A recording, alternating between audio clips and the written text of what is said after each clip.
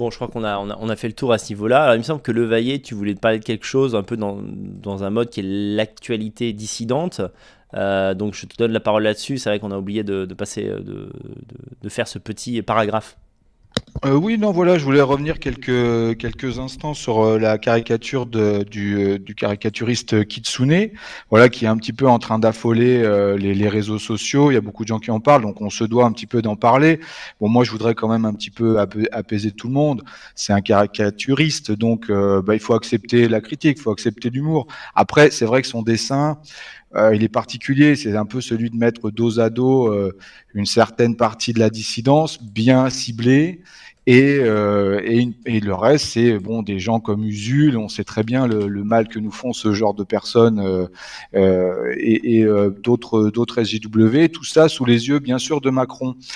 Moi, je voudrais juste dire aux gens, parce que j'ai l'impression que les gens parfois s'enflamment vite sur un nouveau héros qui passe sur Internet. Alors ça y est, c'est devenu l'égérie, c'est le mec à suivre, on en parle, c'est génial. Et puis après, on le redescend à ce qu'il est finalement. C'est quelqu'un qui cherche à faire de l'argent sur la fachosphère, parce que j'ai remarqué que la fachosphère paie. Ne croyez pas, il y a beaucoup d'argent qui circule dans ce milieu-là. C'est une niche, mais allez voir les Tipeee, par exemple, de certaines personnes comme, je ne sais plus comment il s'appelle, le dissident, le Raptor dissident. Voilà, il fait un très bon Tipeee, il se gave. Hein, voilà, donc. Mais voilà, ces gens-là, moi, j'ai juste envie de dire, je ne suis maintenant que des leaders, que des gens qui font partie de ma communauté. Je n'attends absolument rien des gens d'une autre communauté. Parce que j'ai l'impression qu'on a maintenant le SAV maghrébin.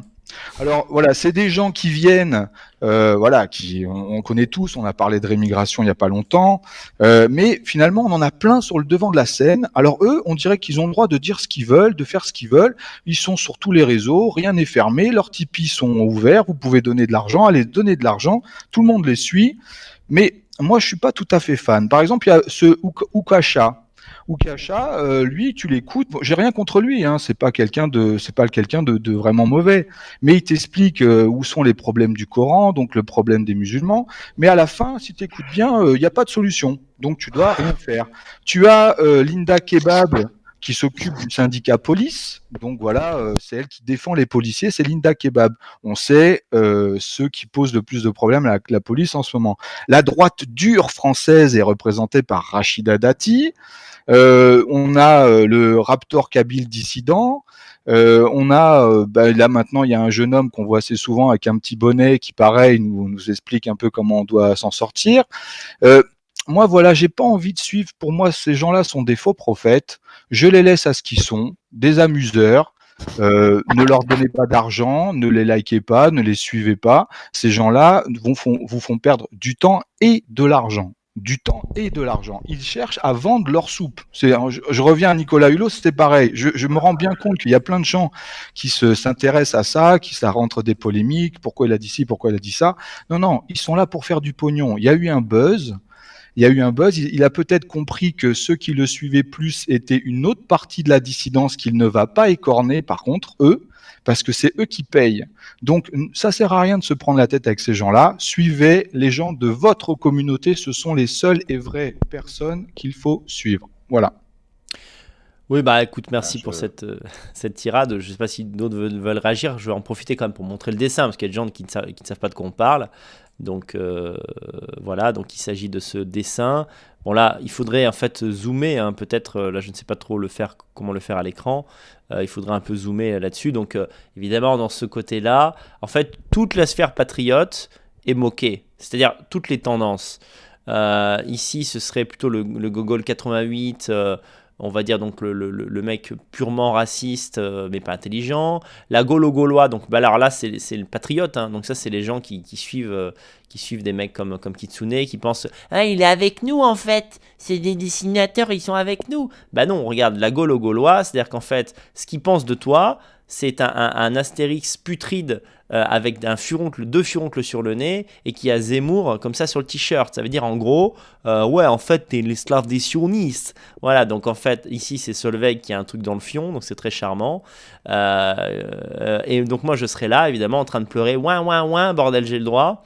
Comme si, bien sûr, je m'étais effondré en larmes au moment du débat, comme si je n'avais aucune dignité, aucun courage, avec marqué I love Soral comme ça sur le ventre, comme si mon rapport à Soral était sadomaso, enfin un truc absolument ridicule. Mais moi, ce que je voulais dire donc, à ce propos-là, c'est que l'information la plus importante que tu as dit, Le Vaillé, mais qu'il faut répéter sans arrêt. Alors je sais que Kitsune est un ami de Teddy Boy RSA, mais en l'occurrence, à cet instant précis, j'en ai rien à foutre, d'accord? Donc moi je dis ce que je pense. Donc Monsieur Kitsune, avant d'être l'ami de Teddy Boy RSA, c'est un arabe, voilà, d'accord?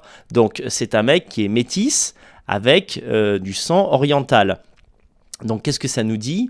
Eh bien ça nous dit que toujours pareil, dans la dissidence, il y a de rares exceptions, mais en général, quand il y a un maghrébin ou un arabe dans la dissidence, c'est finalement pour capter un public, comme tu l'as dit, Le Vaillé, et in fine, eh bien, faire que les blancs se haïssent eux-mêmes. C'est-à-dire, en gros, ici, là, dans toute cette catégorie, vous êtes tous des merdes. Voilà, vous êtes tous des merdes. Évidemment, eux, ils ont compris, ils sont au-dessus de tout ça.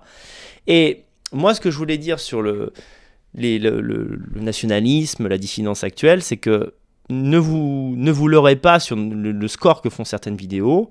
Je vous le dis clairement, il suffit de voir les commentaires, il suffit de comprendre quel type de personnes commentent sous tel pseudo. C'est-à-dire que par exemple, les Maghrébins, je ne sais pas pourquoi, ils ont une fascination pour les mangas japonais.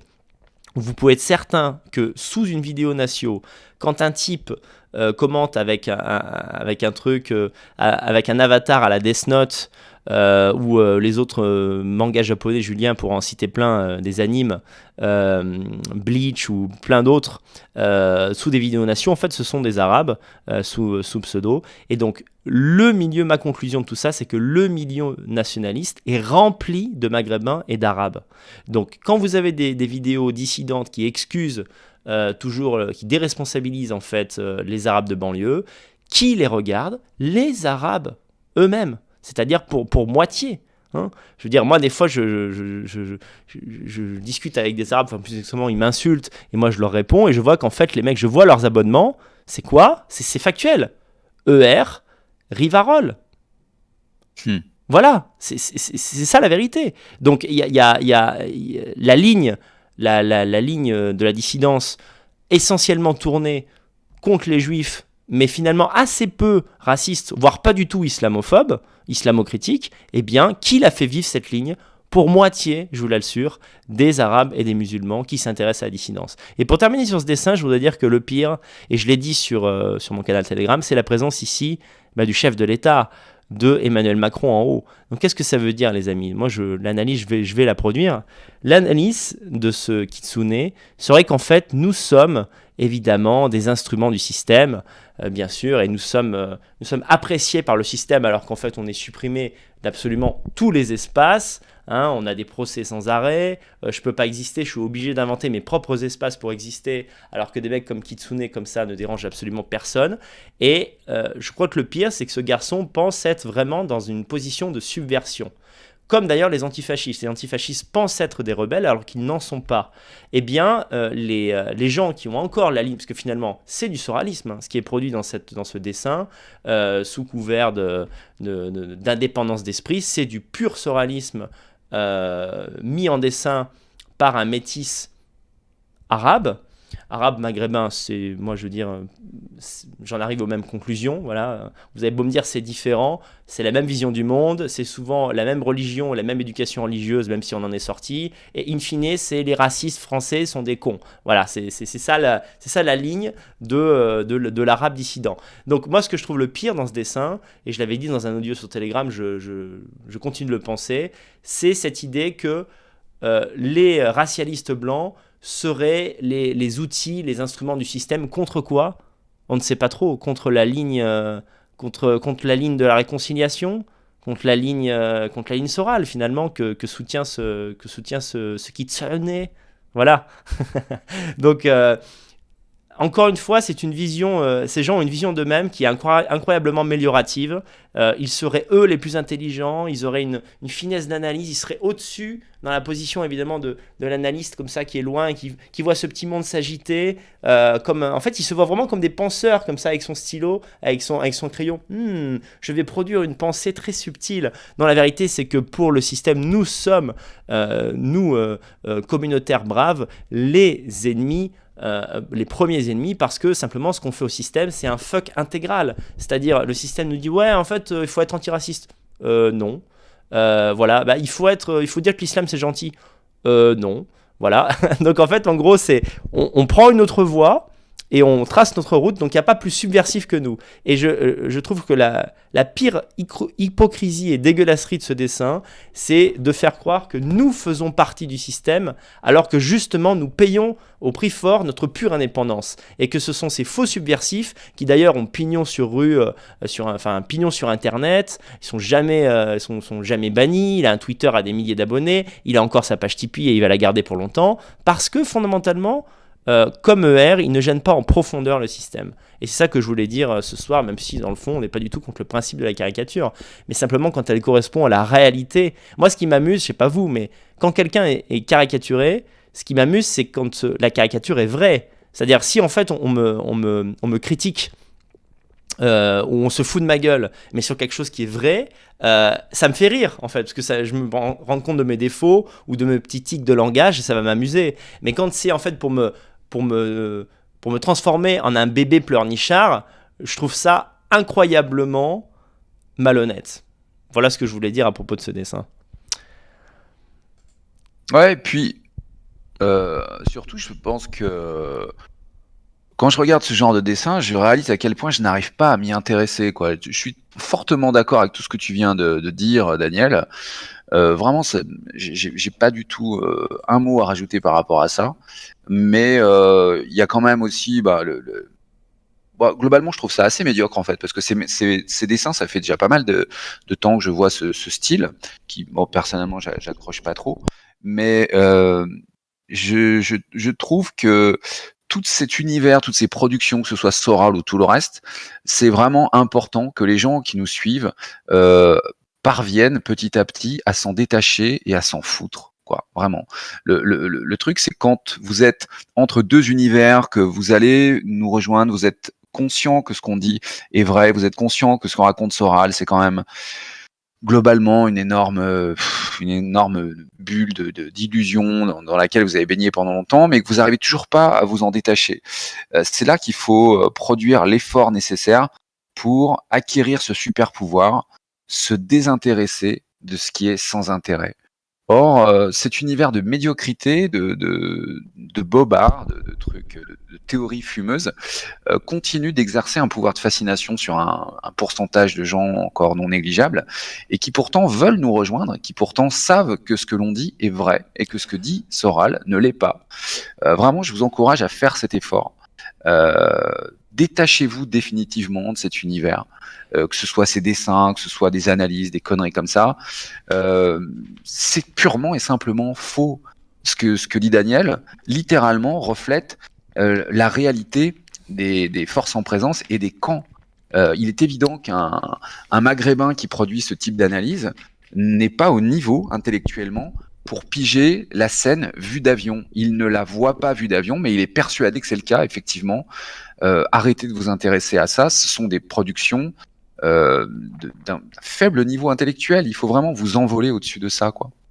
En fait, sur le groupe Telegram Blabla entre amis, que je vous invite à rejoindre, vous me cliquez sur Telegram t.me/Daniel Guarsano. En dessous, vous allez dans discussion, vous allez atterrir sur ce groupe qui est plus ou moins caché, mais en fait pas vraiment. Et un de nos intervenants réguliers, Benaël, que je salue d'ailleurs, c'est un pseudo, hein, c'est pas Benaël de la synagogue. Voilà, donc il a dit un truc très juste, il a dit, en fait, c'est incroyable le nombre de Maghrébins qui tournent autour de nous, voilà, quoi. Ils peuvent pas nous lâcher la grappe, quoi. Ils suivent nos putains de vidéos, ils peuvent pas s'en empêcher. En fait, ils ont pour pseudo et avatar un truc qui évoque le Reich, et en fait, c'est juste des Maghrébins sous pseudo et antiracistes. Et la dissidence, c'est ça, en fait, c'est des Maghrébins sous pseudo, pro pro-Reich et anti-raciste. Ce qui est absurde. Mais si vous regardez bien, c'est ça le dessin. Parce que si vous regardez bien à gauche, eh ben vous avez je vais le remontrer là, parce que c'est intéressant quand même d'analyser ça. C'est qu'à gauche, vous avez ici, en fait, on serait trop con, on serait amis des juifs sans le savoir. Donc en fait, ce dessin de Kitsune est crypto-antisémite. Donc, encore une fois, je le répète, les maghrébins soraliens, les maghrébins ou les demi-maghrébins, ce qui est la même chose, soraliens, en fait, ils prennent du discours d'Hitler l'antisémitisme en le mettant à la sauce actuelle, d'ailleurs, n'importe comment, voilà, comme mettre de la moutarde sur une pizza, d'accord ? Mais ils évacuent la partie raciale. C'est quand même fort de café, quoi. C'est-à-dire, en gros, t'es pour Hitler, mais t'es pas raciste, quoi. Mais c'est n'importe quoi. Et j'ajouterai une dernière chose, c'est que ce monsieur Kitsune, je l'ai rencontré. Je l'ai déjà rencontré, en fait, je crois, avec Teddy Boy, je l'ai rencontré 1 ou 2 fois. Donc ça, quand je vous dis son origine ethnique, je la connais. Et je suis désolé si par exemple Teddy m'écoute, je ne peux pas passer outre le critère ethnique parce qu'il est déterminant. C'est pas le seul déterminant, c'est pas le seul critère déterminant, mais ça fait partie des critères déterminants. Et tu seras d'accord pour dire que quand je l'ai eu en face, jamais il ne m'a affiché ou déclaré le mépris qu'il avait pour moi. Je suis désolé, mais pour moi, c'est n'avoir pas de couilles. Il a eu toute une soirée pour me dire, une soirée, je me souviens, où je suis resté 3 heures. Il aurait très bien pu me dire, tu sais, mais en fait, je trouve tes idées méprisables, je pense que c'est plutôt Soral qui a raison, et moi, je vais tracer ce chemin-là, t'es pas quelqu'un de bien, je pense que t'es l'esclave du système. Il aurait pu me dire ça en face. Il s'est contenté, comme un ninja mystérieux et caché, de faire ça dans un dessin 4 ans après, dans le confort de sa chambre. Je trouve ça minable. Voilà ce que je voulais dire. Et je voulais aussi quand même, sur ce dessin quand même, parce que Solveig est mal vu du milieu. Donc la défendre, c'est prendre son parti et se faire cracher dessus, mais je vais quand même le faire. Je suis désolé, mais regardez ça. Je trouve ça immonde. Je vais le faire, je m'en fous, je le fais, regardez. Elle a un brocoli dans le cul, elle est en mode complètement décadente, en train de ramper au sol. La seule chose qu'a fait Solveig, c'est une photo de nu plutôt artistique, qui évoque d'ailleurs les photos qu'on peut voir sur des pages comme Beauté, pas Beauté Occidentale, c'est pas ça que je disais, c'est le Filles d'Europe, ou des choses comme ça. C'est absolument pas l'habitus, c'est absolument pas ce qu'elle est. Vous comprenez ? Donc vous pouvez critiquer Solveig sur tel point, mais vous pouvez pas dire que la Solveig qui s'affiche, c'est ça, quoi. C'est-à-dire qu'en fait, c'est pas caricatural, c'est mensonger. C'est purement mensonger, c'est pas une exagération d'une réalité tangible, c'est une invention pure, d'accord ? Fait, je le rappelle, par un maghrébin sous pseudo, qui a un pseudo de putain de japonais, genre en mode Monsieur Kitsune, le maître de la réflexion dissidente, très très très intelligent. Mais c'est bon mec, on sait très bien que tu mangeais du couscous quand t'étais petit, donc tu vas te calmer, tu vois quoi. Donc bon voilà, il était important. Je sais que Levaillet, tu voulais pas clasher, mais moi oui. Donc, Non, mais moi je voulais vraiment revenir sur ce. Moi je m'en fous un peu de lui. Il y a eu des dessins qui m'ont fait rire de ce qu'il a écrit. Non, moi je voulais vraiment revenir sur le SAV maghrébin en fait. Moi j'ai pas envie. J'ai pas envie de les voir, j'ai pas envie de sortir le bon grain de livret. J'ai vu que dans les commentaires, il y avait des gens qui disaient oui, s'attaquer à Oukoucha, c'est dégueulasse, machin. J'ai rien contre Oukoucha, j'ai rien contre Linda Kebab, j'ai rien contre Messia, j'ai rien contre eux. Mais pour moi, c'est les pompiers pyromanes. Ils font partie du problème. Je veux dire, aujourd'hui, on est submergé. Je veux dire, il y a plus personne dans la dissidence qui va l'ignorer. Il y a plus personne qui va dire le contraire.